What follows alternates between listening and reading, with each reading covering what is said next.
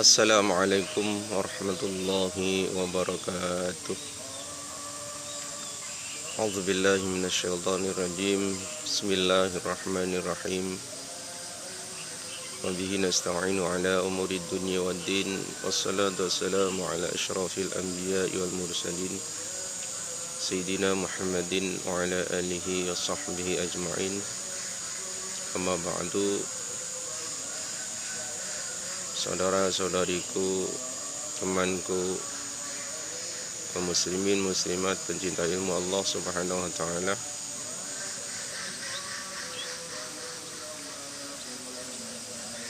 Dalam kesempatan ini saya akan menyampaikan sebuah teka-teki yang selalu ada di dalam benak kita masing-masing. Dan ini tentunya berkenaan dengan pribadi kita sendiri, yaitu kenapa Allah Subhanahu wa taala selalu mencerca kita, membelenggu kita dengan ujian dan cobaan terus-menerus tanpa ada henti-hentinya. Para penonton yang saya hormati, dengan problema yang kita alami sekarang ini, mungkin kenapa Allah selalu membelenggu kita dengan ujian terus ujian, karena hendaknya kita sadari bahwa itu semua terkadang karena kesalahan manusia sendiri, kesalahan kita sendiri. Kemudian letaknya di mana kesalahan kita? Letak dari kesalahan itu sehingga Allah menguji kita terus-menerus tanpa ada henti-hentinya, karena Allah Subhanahu wa taala telah banyak memberikan nikmat pada kita berupa kenikmatan duniawi, jabatan, pangkat, kebutuhan hidup yang serba tercukupi, kenikmatan ilmu pengetahuan. Akan tetapi dengan kenikmatan yang banyak yang telah diberikan oleh Allah Subhanahu wa taala tersebut, terkadang kita melupakan kepada yang memberi,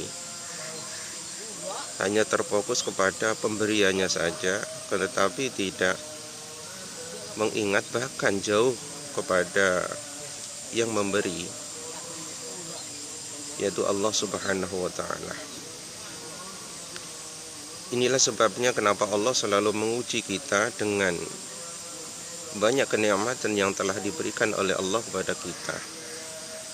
Karena kita jauh dari yang memberi, jauh dari Allah Subhanahu wa taala. Setelah kita sudah banyak diberi karunia, kenikmatan, kecukupan, keberhasilan, kesuksesan dan seterusnya, tetapi kita semakin banyak karunia yang diberikan Allah, semakin jauh kita kepadanya. Inilah yang menjadi penyebab utama kenapa Allah selalu menguji kita. Para pemirsa yang saya hormati, hendaknya bagi kita jangan selalu terfokus memandang apa yang ada di depan kita. Janganlah selalu kita terfokus kepada pemberian karunia yang telah kita rasakan, yang telah kita nikmati sehari-harinya.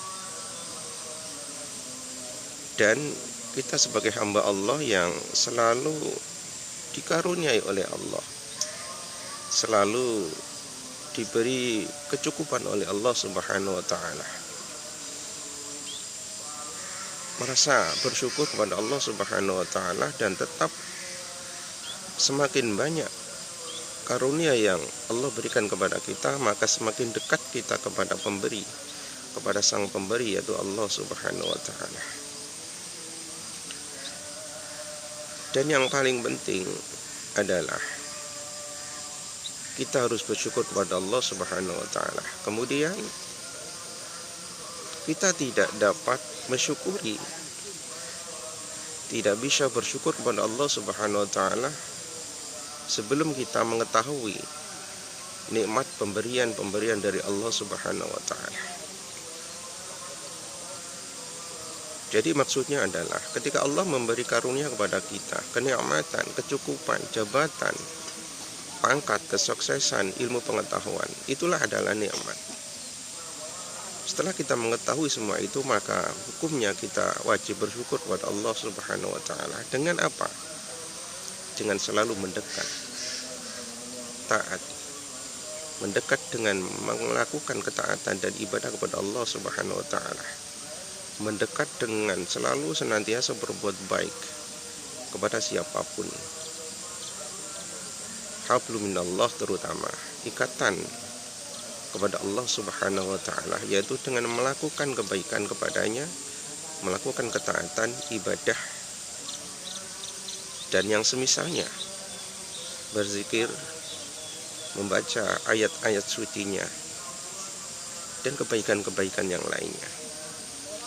Kemudian hablum minan nas, hubungan kita kepada manusia hendaknya tetap dipererat, diperbaiki semaksimal mungkin. Inilah tanda-tanda orang yang bersyukur kepada Allah Subhanahu wa taala. Ciri-ciri orang yang bersyukur kepada Allah Subhanahu wa taala atas segala nikmat yang telah diberikan oleh Allah pada kita. Jangan sampai nikmat membawa laknat. Jangan sampai kenikmatan yang telah kita rasakan, kenikmatan yang telah dikaruniakan oleh Allah Subhanahu wa taala kepada kita, malah justru itu semua berupa menjadi laknat untuk kita. Nikmat bisa menjadi laknat kepada siapa yang menerima nikmat tersebut apabila kenikmatan itu tidak disyukuri. Apabila telah banyak diberi karunia nikmat oleh Allah Subhanahu wa taala sang pemberi, malah justru menjauh dari sang pemberi, maka kenikmatan ini, karunia ini bisa, dan itu pasti akan menjadi laknat untuk yang telah diberinya, yaitu kita sebagai hamba Allah Subhanahu wa taala yang senantiasa dipikirkan oleh Allah Subhanahu wa taala mulai sebelum lahir ke alam dunia. Kita telah dipikirkan oleh Allah Subhanahu wa taala segala kebutuhan kita. Selama kita masih berada di perut ibu-ibu kita, sampai kita lahir ke dunia, Allah pun selalu memelihara kita, mencukupi kebutuhan kita melalui ibu kita, melalui ayah kita, melalui manusia-manusia di sekeliling kita di dunia ini. Maka itu semua tanda bahwa Allah selalu memelihara, menjaga, menghidupi, mencukupi kebutuhan kita sejak kita masih berada di kandungan perut ibu-ibu kita sampai sekarang ini, sampai detik ini, kita selalu dicukupi oleh Allah Subhanahu wa taala. Maka ketika kita tidak mensyukuri semua nikmat itu, maka kenikmatan itu akan menjadi laknat untuk kita. Nauzubillah. Para pemirsa yang saya hormati, ketahuilah bahwa kenikmatan dari Allah Subhanahu wa taala itu dibagi menjadi dua. Yang pertama, kenikmatan berupa yang bersifat atau kenikmatan yang bersifat azali. Kenikmatan yang berupa kenikmatan azali. Yang kedua adalah kenikmatan yang akan dirasakan di masa yang akan datang. Kenikmatan azali adalah kenikmatan atau kenikmatan fitri. Adalah kenikmatan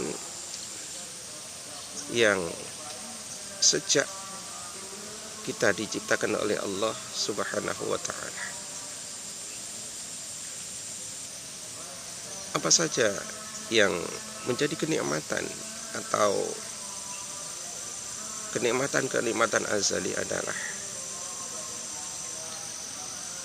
hendaknya kita mengetahui kenikmatan ini, yaitu kenikmatan